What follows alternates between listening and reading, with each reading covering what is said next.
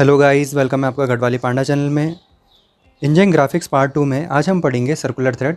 इससे पहले हमने पढ़ी है बटरस थ्रेड। जैसे गाइस आपको दिख रहा है कि नकल थ्रेड कुछ इस तरीके से दिखती है और बनने के बाद हमारी नकल थ्रेड ऐसी बनेगी। इससे जस्ट पहले हमने बटरस थ्रेड पढ़ा था, आज हम पढ़ेंगे नकल थ्रेड। उसके बाद अपनी बाकी की थ्रेडें पढ़ेंगे। टोटल आपके पास 8 टाइप की थ्रेड है, जिसमें हम ये दूसरा टाइप पढ़ रहे हैं थ्रेड का। तो गाइस जैसे मैंने आपको पहले ही बताया था, जो थ्रेडें होती हैं वो आपके पास दो टाइप के उसके क्वेश्चंस आते हैं। पहला तो सिंपली ये आता है कि ड्रॉ ए नकल थ्रेड, तो हम थ्रेड ड्रॉ कर लेंगे। और दूसरा ये आएगा कि आपको पेपर में एक गिवन डाटा दिया हो और उस बेसिस पे आपको थ्रेड बनानी हो। तो अगर हमारे पास पहला टाइप का क्वेश्चन ये आता है कि ड्रॉ ए नकल थ्रेड, तो हम कैसे बनाएंगे पहले मैं आपको ये बताता हूँ। देन सेकंड पार्ट में मैं आपको बताऊँगा कि अगर आपको डाटा दिया रहेगा तो आप थ्रेड कैसे बनाएंगे। जैसे मैंने आपको पहले बताया था, थ्रेड में होती है हमारी पिच, जो हमें खुद माननी पड़ती है। पिच हम यहाँ पे कुछ भी ले सकते हैं, 3, 4, 5, 6। तो मैं एज्यूम कर रहा हूँ कि मैं पिच ले रहा हूँ यहाँ पे 5 सेंटीमीटर। आप कुछ भी ले सकते हैं, क्योंकि पेपर में कुछ डाटा अगर ना दिया रहे तो हमें थ्रेड खुद से बनानी पड़ती है एज्यूम करते हुए।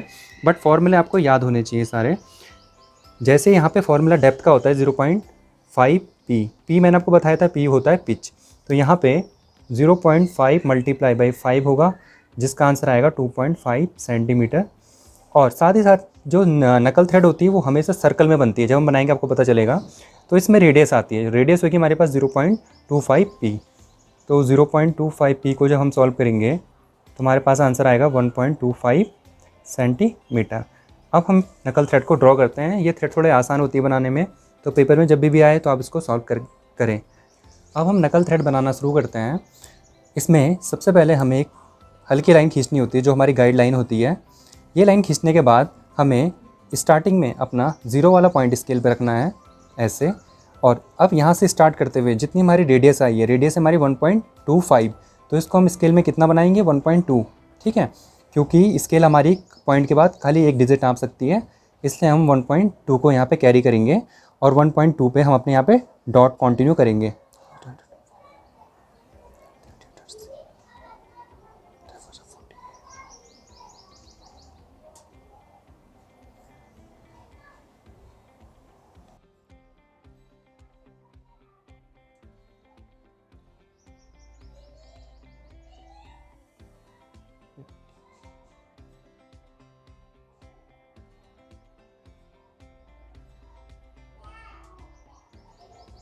तो इस तरीके से हमने यहाँ पे अपने डॉट ले लिए 1.2 पे, क्योंकि हमें यहाँ पे अपनी रेडियस बनानी है। अब हम नकल थ्रेड बनाना आगे शुरू करते हैं। अब हम कंपास लेंगे और ड्रॉ करेंगे। जहाँ हमारा डॉट था वहाँ पे हम प्रकार रखेंगे और अपना थ्रेड बनाना शुरू करेंगे। ये थ्रेड एसी की तरह बनती है, जैसे आपको पता है अल्टरनेट करंट कैसे बहती है, वैसी बनती है। ठीक है, फिर हम यहाँ पे रखेंगे अब जस्ट बगल में, और यहाँ से अपनी थ्रेड को नीचे की तरफ से बनाएंगे। तो दिखने में हमारी थ्रेड ऐसी होती है, नकल थ्रेड। ये कुछ इस तरीके से बनती है। ठीक है, फिर हम यहाँ आगे रखेंगे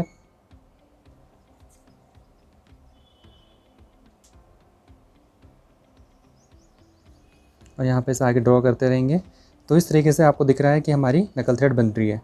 नकल थ्रेड बनाना बहुत आसान होता है, बस इसका पैटर्न ही क्या होता है हमारा एसी अल्टरनेट करंट की तरह, कि एक बार अप एक बार डाउन।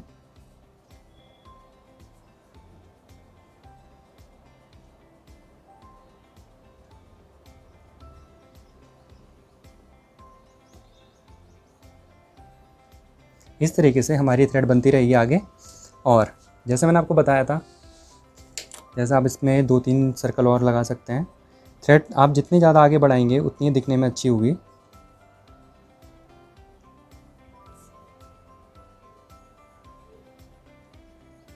ठीक है गाइज, इसके बाद मैंने आपको बताया था हर थ्रेड में हमें यहाँ से नीचे 2 सेंटीमीटर लेना है, 3 लेना है, वो आपकी मर्जी है। हम यहाँ नीचे से जस्ट 2 पे एक डॉट लगाएंगे और थ्रेड के पैरेलल एक लाइन खींच देंगे। तो इस तरीके से हमारी नकल थ्रेड तैयार हो जाएगी। ये हमारा लॉन्ग कॉन्टिन्यू का साइन होता है।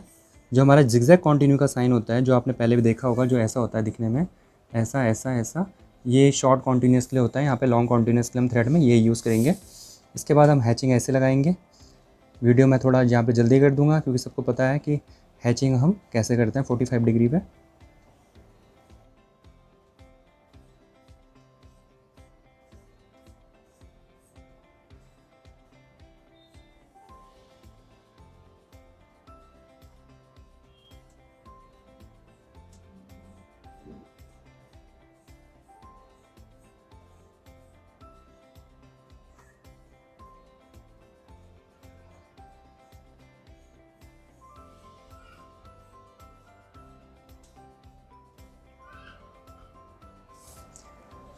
तो इस तरीके से हमारी नकल थ्रेड पूरी हो गई। अब हम नकल थ्रेड में अपना डाटा दिखा देते हैं। आपको सबको पता है कि हमने जहाँ जहाँ पे सेंटर लिए थे वो पॉइंट आपको डार्क करने हैं। ये पॉइंट हमारे 1.25 पे जो हमारी रेडियस थी। इसके बाद हमें पता है कि पिच हमारा क्या होता है, एक सेंटर से दूसरे सेंटर के बीच की दूरी, जो हमने यहाँ पे क्या ली थी, पिच 5 सेंटीमीटर ली थी। अगर हमने सही से ड्रॉ किया है तो हमारा कितना आएगा, 5 सेंटीमीटर आएगा। तो हमारा ये इतना ही आ रहा है 5 सेंटीमीटर। मैंने आपको पहले ही बताया था कि 1 mm 2 mm का फ़र्क यहाँ पे चलता है। आपका अगर आपका 5.1 या 5.2 आता है तो उससे कोई फ़र्क नहीं पड़ता, क्योंकि स्केल पैरेलल करने में कई बार थोड़ी बहुत एरर आ जाती है। तो इस तरीके से हमारी पिच, एक सेंटर से दूसरे सेंटर के बीच हमारी पिच आ गई है 5।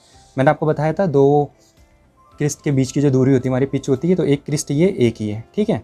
इन दोनों के बीच की दूरी क्या है हमारी, 5 सेंटीमीटर। हमने यहाँ से यहाँ के बीच की दूरी इसलिए नहीं ली क्योंकि हमारी एक थ्रेड कंप्लीट होती है यूँ एक राउंड में, तो इसलिए जहाँ पे नई थ्रेड शुरू होगी वो सेंटर यहाँ है, और जो पहली थ्रेड शुरू हुई थी उसका सेंटर ये है। तो एक सेंटर से दूसरे सेंटर के बीच की दूरी दैट इज़ हमारा पिच। तो पिच मैंने आपको दिखाई, इसमें कोई एंगल नहीं होता है। जैसे हमारे प्रीवियस वाले थ्रेड में, बटरस थ्रेड में 45 का एंगल था, वैसा यहाँ पे नहीं होता है। तो इस तरीके से हमने ड्रॉ किया, और हम यहाँ पे इसकी रेडियस भी ड्रॉ करके दे देंगे कि इसकी रेडियस हमारी आई थी 1.25 सेंटीमीटर, ठीक है। और अब इसका हम नाम लिख देंगे, इसका नाम है हमारी नकल थ्रेड।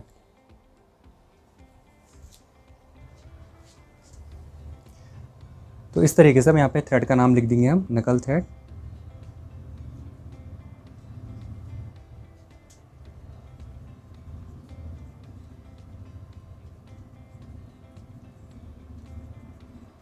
तो इस तरीके से हमारा दूसरी थ्रेड पूरी हुई, नकल थ्रेड।